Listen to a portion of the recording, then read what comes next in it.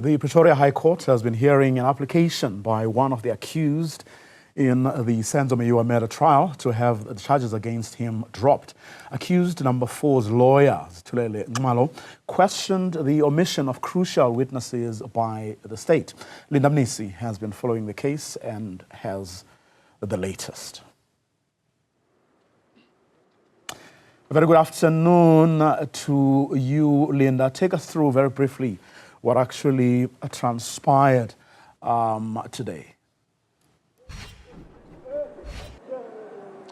Well, the lawyer for accused number 4, Senzo Meyiwa, has really been going through the evidence of the state and pointing out what he believes are the state's shortcomings in the case against his clients, highlighting from the initial stages of the case and what it presented as a robbery gone wrong to the matter now going all the way to the lead investigator, who seemed to have painted the picture of a contractual killing and, highlighting discrepancies of the alleged link between the alleged mastermind and the accused persons.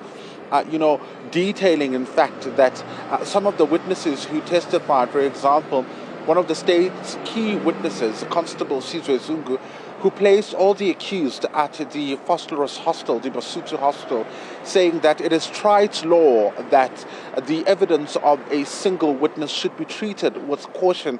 This is a witness who saw, or claims to have seen, the accused at the hostel, the only person really, if you look at the long list of witnesses that, testified in the case. This is the vicinity of the crime scene in Phosphorus, and indicates that at a later stage he saw them coming back in haste, where at the hostel there was an exchange of firearms. But, he highlights the issue around the evidence that he gave, and he speaks to the issue of, Constable Senzo Meyiwa not really revealing or even saying anything about arrangements to kill or the conspiracy to kill Senzo Meyiwa. Take a listen. Zungu's evidence does not reveal any prior agreement amongst the accused, including accused number 4, to kill the deceased. In the absence of a prior agreement to kill the deceased, it therefore becomes important to apply the 5 principles as stated in Get There's a Decision. The presence at the scene. The accused must have been present at the scene of the crime where the violence was committed. There is absolutely no evidence, my lord, that accused number 4 was present at the scene of crime where the violence was being perpetrated, either circumstantial or direct, at or near the scene of crime at house number 135. My lord? What about the confessions? I'm still coming to confessions, my lord. I see. Yes.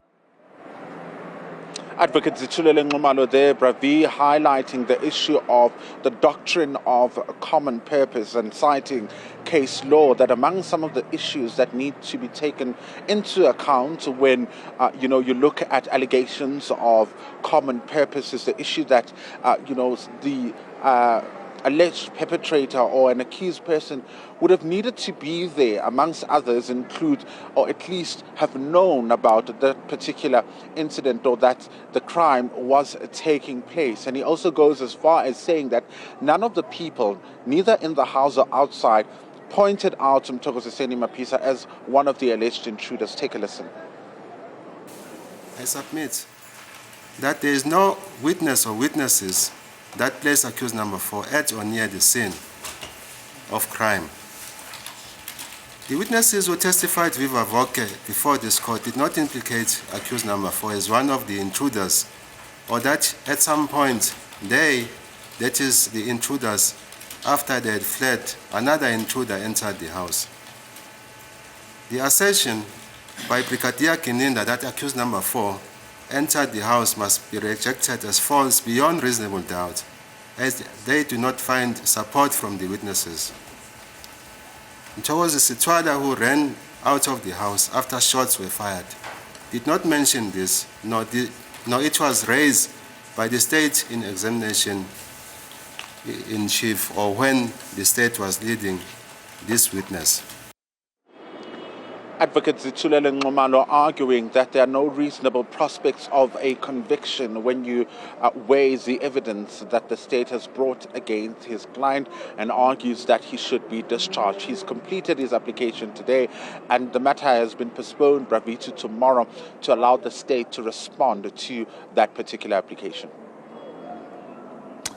Linda Mnisi, outside the Pretoria Court, which has been hearing that application by one of the accused in the Senzo Meyiwa murder trial.